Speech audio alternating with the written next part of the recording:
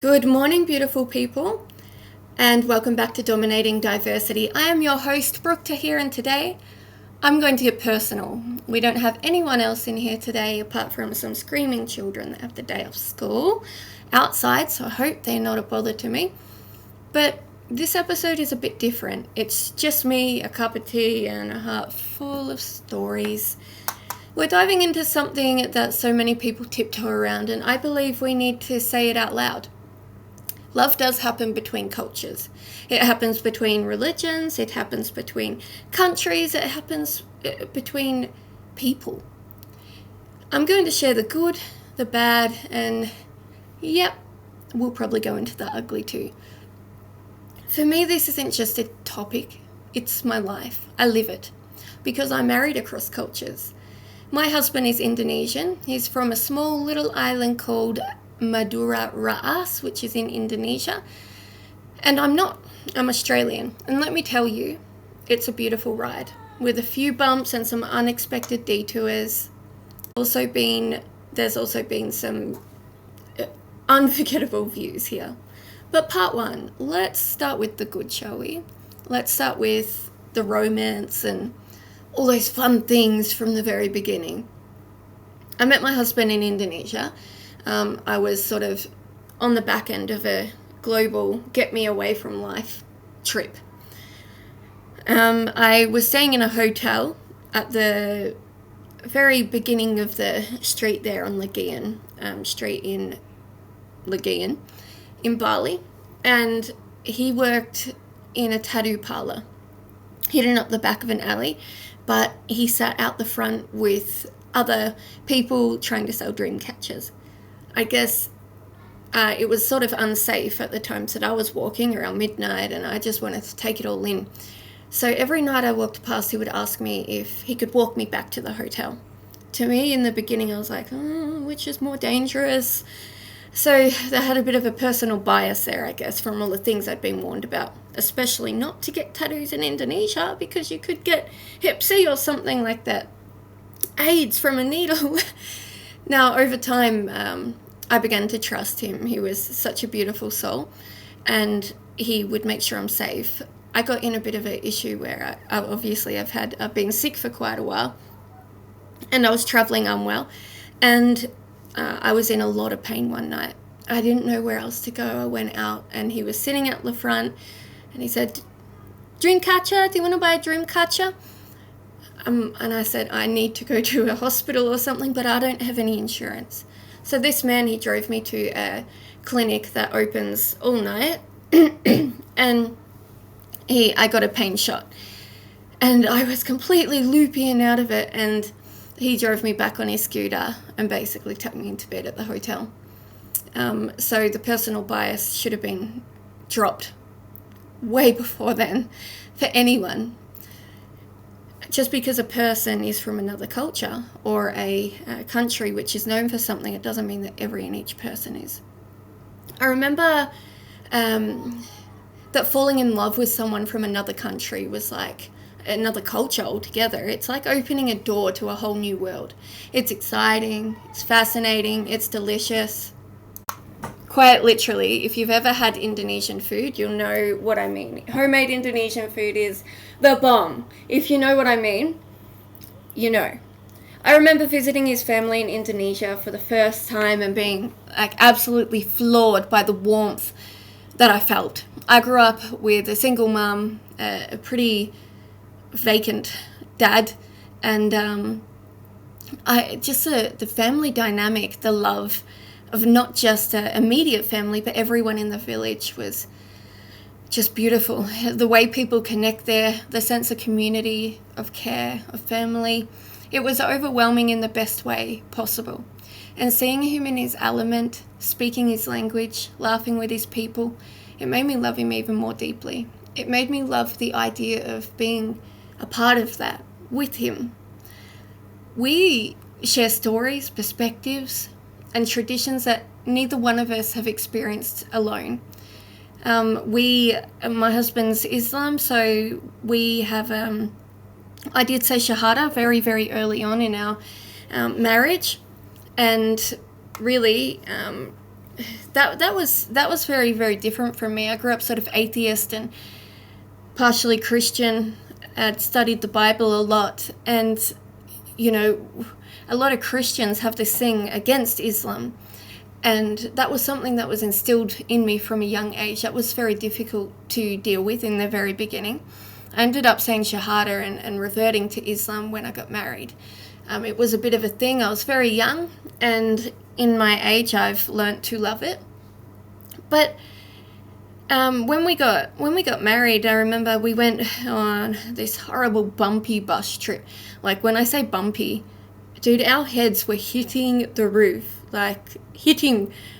every bump they went over. It was impossible to sleep because it's like you'd have one of those acquired head injuries that footballers get after you got off that bus. It was pretty shocking. But now, I remember that bus trip of one of the funniest things in my life.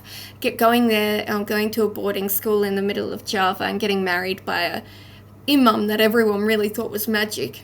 Those, memories stick with you. It was so hot. Very, very hot. And I'm in long sleeves and a long dress and leggings underneath and my toes covered and a hijab. I remember sweating so badly, and I had makeup on and it was just melting off, just waiting for the time when everyone was there. And we had a big community come that didn't even know us, but they were there because it was something different. They were there because it was a white girl marrying an Asian man. It was extremely different for them as well. So our children, Evie and Rafi, they're growing up with two worlds braided into their identities, and that's something incredibly powerful.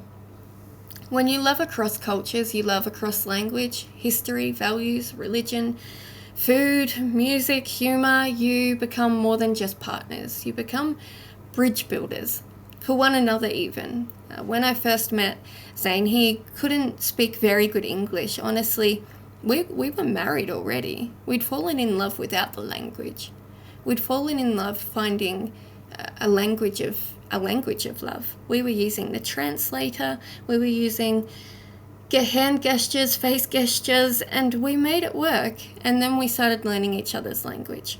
So it's proof to the fact that love does have its own language. It's not always good though.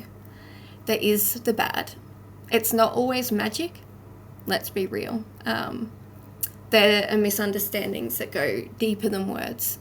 Stuff that I might never understand, stuff that he might never understand. Sometimes it's in the little things like different expectations around time, gender roles, family obligations. It was very difficult for me to say as a woman to him, gender role wise, that I wanted to go back to university, that I wanted to get a job that is sort of higher in the hierarchy of what he has as a tattoo artist. And even people sometimes say, what does your husband do? I say, he's a tattoo artist. They either go, wow, or they go, oh, I didn't expect that. There's a bigger question there, I guess. Well, why didn't you expect that? Did you expect that my husband has to have a job that pays more and that is more recognized by society than me? It's very interesting. But family obligations as well. Family obligations meaning my husband is the only brother. He's got 3 sisters, and he should be the one helping out his family the most. He should be the one sending money back. He earns a higher salary here than what he would there. So that was very difficult for me to wrap my head around, I guess. And sometimes it's much bigger, like the way we raise our kids, how we define respect or how we process conflict. We are both very much conflict avoiders, so to speak. We avoid conflict because it's the easier way to do life, but sometimes it's not. How we define respect, gosh, I have quite a few times pointed at something with my foot saying, oh, it's over there, go get it over there, and pointing with my foot, and it was so disrespectful in his culture to do that. Very disrespectful. So the first time I did it, he looked at me like I'd killed something, and I thought, oh my God, What have I done? And straight away I thought, here's another one of those differences. But you learn them over time, don't you? How we raise our kids. Are we going to raise them Islam from the very beginning? Or are we going to let them choose their own way? Our kids are sort of raised in a let's let them choose their own way, with the all the good parts of Islam inflicted in our household. So respect your elders, respect people, lead with kindness, pray for hope to whatever you believe in, and we don't eat pork. There's a lot of different things that we do bring Islam into the household, but most of the time we've sort of come to a compromise there with the kids, where I would like to let them find their own way. My husband would like to raise them Islam, but let's do the things, all the good things out of Islam, which is everything within the household, and set role models, but let them choose their own way. That was sort of the conclusion that we got to in the end, the compromise. I've been in situations where I've felt completely out of place, to be honest, where I didn't understand the language, the etiquette, or why something that seemed so small to me felt so huge to his family, or vice versa. When my dad got sick with cancer, my family in Indonesia were really upset. They were praying for him. They were having ceremonies. I didn't understand that, because generally disjointed families like mine especially, my mum wouldn't really do that for my dad here. So why is a family that's never met my dad on the other half of the world doing that for my father? And it's so beautiful, and it's lovely, and I am so thankful for it in the end. But the confusion around that, trying to understand that, was very different. The etiquette in Indonesia of especially around gender roles. When people come to visit our unit in Indonesia, I should go and get drinks straight away, especially if it's a group of males. In Australia, I would say, help yourself to the fridge. The fridge is open. But over there, I have to go and serve them like I'm a waitress. So there are some things there that I sort of didn't agree with, especially women in education. Some of the younger girls in the community are so talented, and they have so much, what would be the word for that? They just have so much ability. They have so much desire to do more, and they can do it. But because of their roles in the family, they get held back by that. They get held back by money. They get held back by gender roles. They get held back by family. If that girl is the only girl and needs to look after their father or something like that. And that was something that hurt me when I was over there, because I felt a lot of very talented people getting held back from doing something with their life that then they could, after they did it, go and look after their family while still achieving something. Over there, achieving something is looking after the people that you love, and that's a very big difference between here and there. So there's also, when I say situations I felt out of place, it's the whole language. I had to try and learn a whole other language, not only Arabic for the Quran, but the Indonesian languages in 3 different dialects. And that was really difficult, because I would sit there, people talking, people laughing. I'd have no idea what they're saying. So I just felt completely out of place and left out. So there are moments where it just feels like we're not just speaking a different language, but we're living completely different logics. And there is a quiet grief in that sometimes, a missing out, a compromise that has to happen, because you can't live 100% in both cultures at once. You find yourself negotiating pieces of your identity and sometimes your dreams when you're in relationships like these. So, pardon me, moving on, the ugly. There is the ugly. That's the part that people just don't talk about. but they should do, because sometimes you'll meet people overseas and you think it's a great thing, and it is a great, beautiful thing for some people. For some people that are able to deal with all of those things, but also deal with the ugly part that comes. There is racism. The amount of times that my husband, who's now a permanent resident here, has driven to the shops and parked, and there's been an elderly person or just a closed-minded person looking at him as if he's some sort of specimen under the microscope, or he's taken a wrong turn and he's gotten confused on the road, and they go, bloody Asians. They're stereotyping. There are people out there, sometimes even within your own family or community, who just don't get it, or worse, they don't accept it. I feel like my husband wasn't properly accepted into my family for a couple of years. A very hurtful, very stressful couple of years. The stress that put on our relationship carries through to today, even though it's over. There is the judgment from family that they are here for a visa, or they're here for a white card, or whatever, a green card, or whatever it is in your country. And it is hurtful because you're trying to prove the best in the person that you love when nobody else sees it. I've had people ask very invasive and offensive questions like, you could have got anyone here, why choose him? It's something that you go, because I did choose him. Doesn't that say enough in itself? And there's other offensive questions like, oh, your daughter's so beautiful. Where did you get her from? Where did you adopt her from? What country is she from? You sort of go, well, she's from country, my womb, because I remember being torn in half to get her out. So she is mine. So just the moments where I felt like I had to explain or justify my love, and that does hurt, because love should never have to prove itself. But the worst, the ugliest part for me is when we forget to protect each other from those things. And it does happen. We both get our backs up because we're both fighting different fights sometimes.